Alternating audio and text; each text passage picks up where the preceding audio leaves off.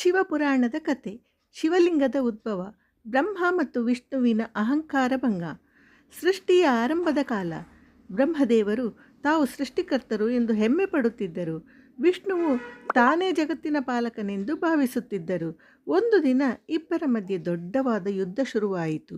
ನಾನೇ ಶ್ರೇಷ್ಠ ಎಂದು ಬ್ರಹ್ಮ, ನಾನೇ ಶ್ರೇಷ್ಠ ಎಂದು ವಿಷ್ಣು. ವಾದ ತಾರಕಕ್ಕೇರಿದಾಗ ಇದ್ದಕ್ಕಿದ್ದಂತೆಯೇ ಅವರ ಮಧ್ಯೆ ಆಕಾಶ ಮುಟ್ಟುವಷ್ಟು ಎತ್ತರದ, ಭೂಮಿಯ ಆಳಕ್ಕಿಂತಲೂ ಆಳವಾದ ಅನಂತ ಜ್ಯೋತಿಸ್ತಂಭ ಪ್ರತ್ಯಕ್ಷವಾಯಿತು. ಆ ಜ್ಯೋತಿಯ ಆರಂಭವೂ ಕಾಣಲಿಲ್ಲ, ಅಂತ್ಯವೂ ಕಾಣಲಿಲ್ಲ. ಇಬ್ಬರೂ ಆಶ್ಚರ್ಯದಿಂದ ನೋಡಿದರು. ಆಕಾಶವಾಣಿ ಕೇಳಿಸಿತು. ಈ ಜ್ಯೋತಿಸ್ತಂಭದ ಆದಿ ಅಥವಾ ಅಂತ್ಯವನ್ನು ಮೊದಲು ಕಂಡವರು ಶ್ರೇಷ್ಠರು. ವಿಷ್ಣುವು ತಕ್ಷಣ ವರಾಹ ರೂಪವನ್ನು ತಾಳಿ ಕೆಳಭಾಗವನ್ನು ಹುಡುಕಲು ಹೊರಟರು. ಬ್ರಹ್ಮನು ಹಂಸರೂಪವನ್ನು ತಾಳಿ ಮೇಲ್ಭಾಗವನ್ನು ಹುಡುಕಲು ಹಾರಿದರು. ಸಾವಿರಾರು ವರ್ಷಗಳು ಕಳೆದರೂ ಇಬ್ಬರಿಗೂ ಜ್ಯೋತಿಯ ಕೊನೆಯೂ ಸಿಗಲಿಲ್ಲ. ವಿಷ್ಣುವು ಸತ್ಯವನ್ನು ಒಪ್ಪಿಕೊಂಡರು. ಅವರು ಹಿಂತಿರುಗಿ ಹೇಳಿದರು, ನನಗೆ ಅದರ ಅಂತ್ಯ ಸಿಗಲಿಲ್ಲ. ಆದರೆ ಬ್ರಹ್ಮನು ಅಹಂಕಾರದಿಂದ ಸುಳ್ಳು ಹೇಳಿದರು. ದಾರಿಯಲ್ಲಿ ಸಿಕ್ಕ ಕೇತಕಿ ಹೂವನ್ನು ಸಾಕ್ಷಿಯಾಗಿ ಕರೆತಂದು ನಾನು ಜ್ಯೋತಿಯ ತುದಿಯನ್ನು ಕಂಡೆ ಎಂದು ಸುಳ್ಳು ಹೇಳಿದರು.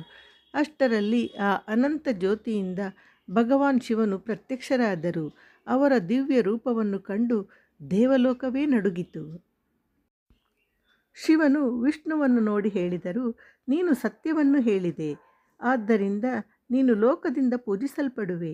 ನಂತರ ಬ್ರಹ್ಮನ ಕಡೆ ತಿರುಗಿ ಹೇಳಿದರು, ಸುಳ್ಳು ಹೇಳಿದ ಕಾರಣ ಭೂಮಿಯ ಮೇಲೆ ನಿನಗೆ ದೇವಾಲಯಗಳು ಬಹಳ ವಿರಳವಾಗಿರುತ್ತವೆ. ಕೇತಕಿ ಹೂವಿನ ಕಡೆ ನೋಡಿ ಶಿವನು ಹೇಳಿದರು, ಸುಳ್ಳಿಗೆ ಸಾಕ್ಷಿಯಾದ ಕಾರಣ ನನ್ನ ಪೂಜೆಯಲ್ಲಿ ನಿನ್ನನ್ನು ಸ್ವೀಕರಿಸುವುದಿಲ್ಲ. ಬ್ರಹ್ಮನು ತನ್ನ ತಪ್ಪನ್ನು ಅರಿತು ಶಿವನ ಕ್ಷಮೆ ಕೇಳಿದರು. ಶಿವನು ಕರುಣೆಯಿಂದ ಅವರನ್ನು ಕ್ಷಮಿಸಿದರು ಮತ್ತು ಹೇಳಿದರು, ಅಹಂಕಾರ ಮನುಷ್ಯನನ್ನು ಸತ್ಯದಿಂದ ದೂರ ಮಾಡುತ್ತದೆ. ವಿನಯವೇ ದೇವತ್ವಕ್ಕೆ ದಾರಿ.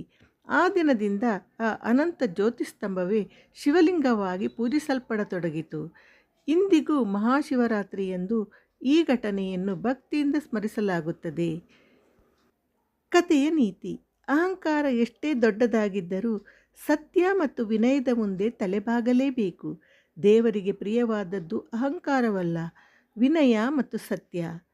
ಈ ಕಥೆಯು ನಿಮಗಿಷ್ಟವಾಗಿದ್ದರೆ ದಯವಿಟ್ಟು ನಮ್ಮ ಚಾನಲನ್ನು ಲೈಕ್ ಮಾಡಿ, ಶೇರ್ ಮಾಡಿ, ಸಬ್ಸ್ಕ್ರೈಬ್ ಮಾಡಿ ಪ್ರೋತ್ಸಾಹಿಸಿ. ಧನ್ಯವಾದಗಳು.